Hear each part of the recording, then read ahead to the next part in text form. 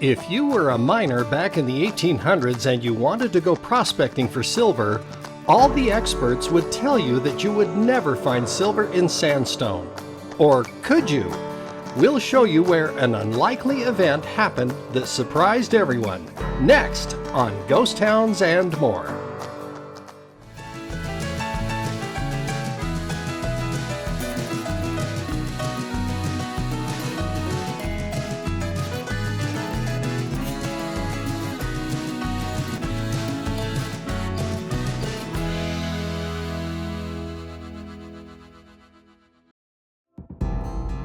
Way down in southwestern Utah is a ghost town that was renowned for all the things that took place there, beginning with an unusual turn of events that actually started over in the state of Nevada. In the mining town of Pioche, Nevada, miners there relied on the expertise of the town assayer, who tests rock and mineral samples to see how much in precious metals there are. This town had an assayer named Murphy, who always seemed to find precious ore in everything that was submitted to him to test. He was so good that everyone called him Metalliferous Murphy. But after a while, miners began to be suspicious of him and decided to put him to the test.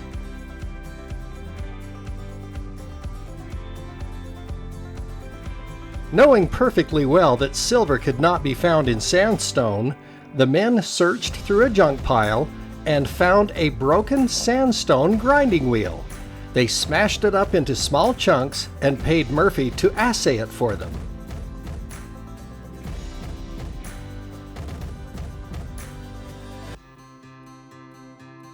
Sure enough, Murphy's chemical analysis revealed that the miners would get over 200 ounces of silver per ton. That was too much for the miners. They finally had him trapped. They gave Murphy 24 hours to take down his shingle and get out of town.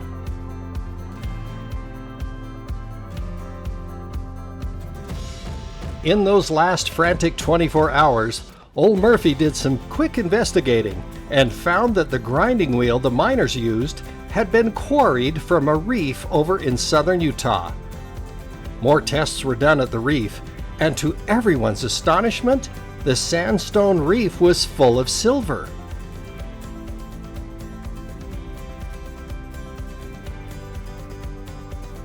Soon, miners were packing up and leaving Pioche, and people flooded into the new town in Utah named Silver Reef. Buildings in Pioche were dismantled wall by wall and hauled to Utah. Businesses were opening fast in Silver Reef, as much as 2 a day, and by 1879 there were about 2,000 people in town, with mining shafts being dug all over the place.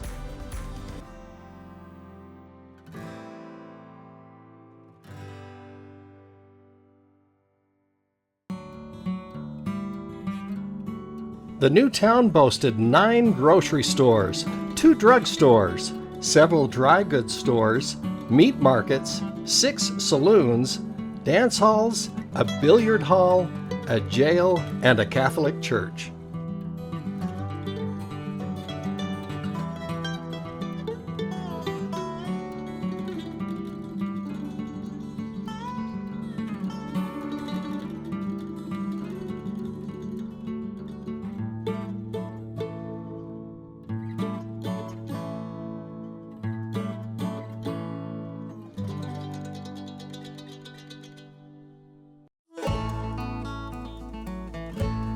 Many of the Chinese immigrants who worked on the Transcontinental Railroad came to Silver Reef when the railroad was completed and set up their own Chinatown.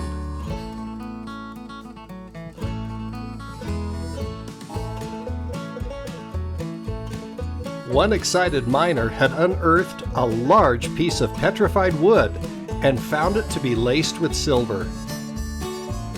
He sent it to the Smithsonian Institution, who returned it with a letter claiming it was a fake, as silver could not exist in petrified wood or sandstone. Nonetheless, the boom years continued, and many investors were happy to provide funds for building the mining industry at Silver Reef.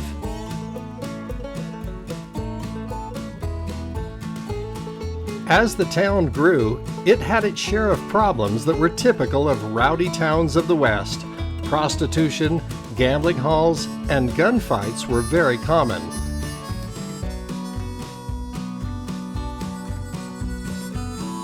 The boom years lasted from 1878 to 1882, and then when silver prices tumbled, businesses began to close.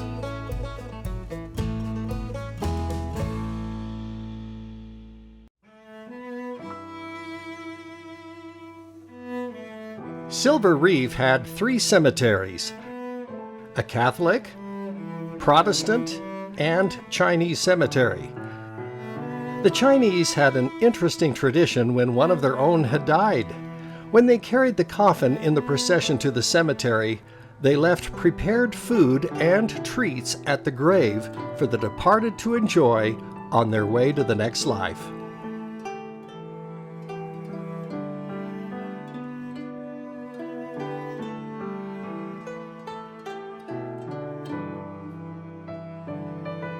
Many local Native Americans in the area were aware of this tradition and would hide in the nearby hills, waiting for the Chinese mourners to leave the cemetery.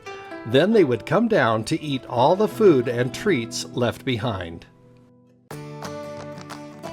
By 1884, most of the mines had closed. Many merchants went bankrupt and left town.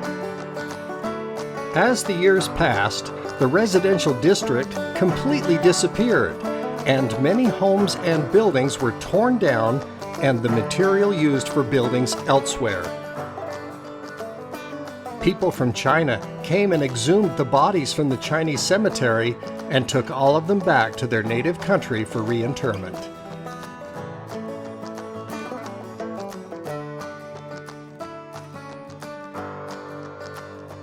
Some people came in and bought up some of the old buildings for salvage. One lucky buyer discovered a cache of gold coins in the wall of a building he was dismantling. Unfortunately, this set off a stampede of people coming in and tearing down walls to find more gold, but nothing else of value was ever found.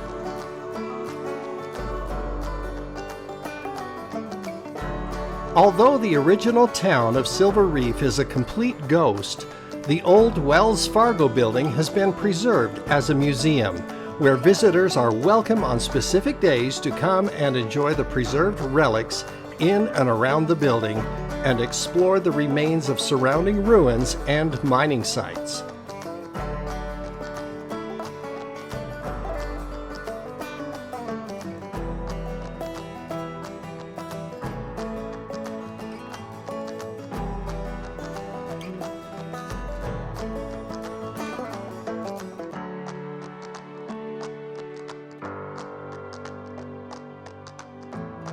The town is easily accessible just off Interstate 15 and is one of Utah's best ghost town sites to visit. Be sure to call ahead for the visiting times, as the museum is only open during certain days of the week. Silver Reef lies in a relatively close proximity to several other ghost towns in the region, which are also worth a visit.